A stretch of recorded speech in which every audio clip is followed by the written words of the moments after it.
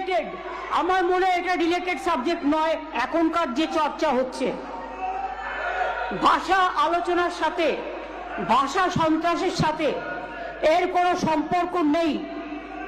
চিরকালই এদের কাজ হচ্ছে কনস্ট্রাকটিভ কিছু না বলা, অলওয়েজ ডিস্ট্রাকটিভ বলা এবং হাউসকে অবমাননা করা।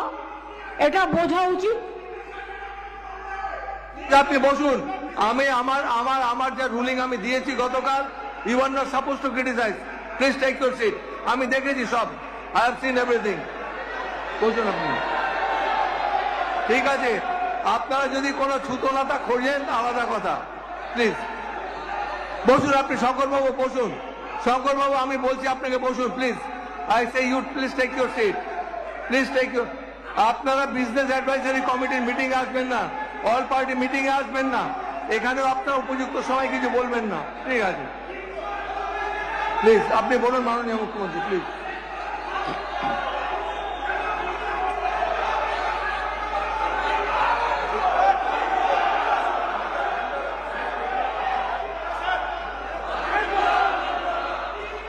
প্লিজ প্লিজ আপনারা বসুন।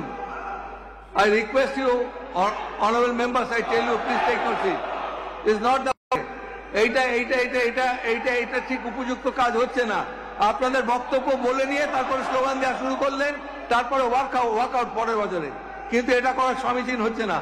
বিধানসভার মর্যাদা নষ্ট করবেন না, প্লিজ আপনারা বসুন। আমি অনুরোধ করছি।